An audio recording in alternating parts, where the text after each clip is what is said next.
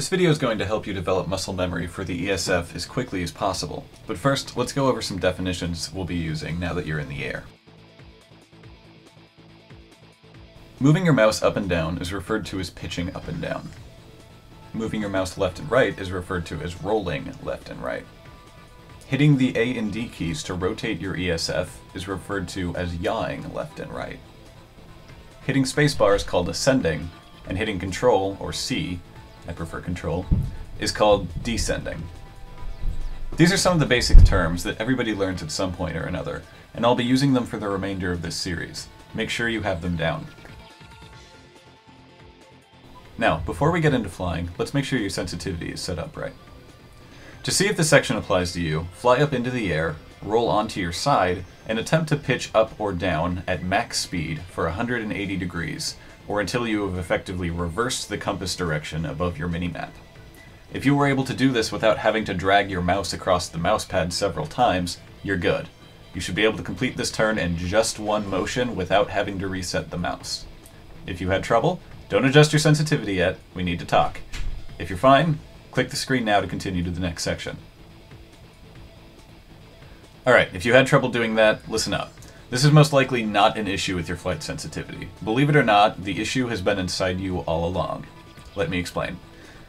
ESFs have a max turn speed for each of the ways they can turn, that is, pitching, yawing, and rolling.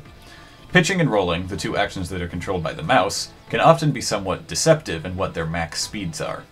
What I'm saying is, pitching with the mouse has a speed cap, in which moving your mouse faster won't actually do anything more for you. There is a specific speed that you can move your mouse at, which will make your ESF turn at its fastest rate, and attempting to move your mouse any faster will do absolutely nothing. Let's do an exercise to see if you're moving your mouse too fast. Fly up high in VR training and roll onto your side. Start holding E to pitch down at max speed. Then let go and start pitching down with your mouse instead. Try to be pitching just as fast as you were when you were holding E, while moving your mouse as slowly as possible.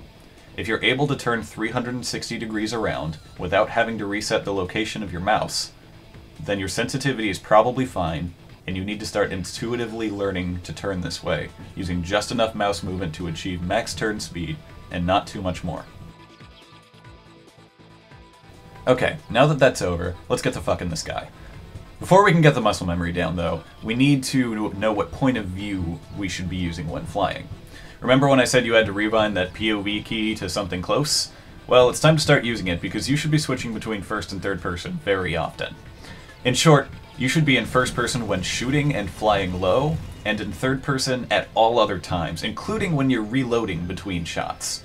This means that every maneuver I teach you is going to be in third person, as is most of your flight time, so work on that muscle memory first.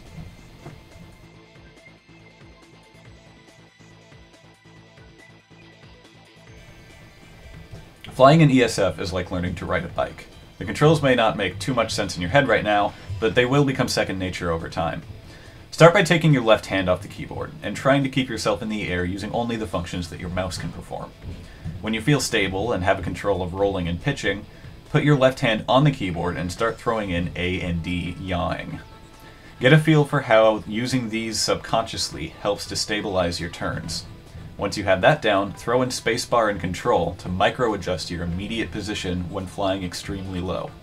You're gonna die a lot here. It's okay. We all did. And it's only VR. Trust me when I say that you will get it down. When you're feeling a bit more comfortable, try annoying other ESFs in VR by shooting at them.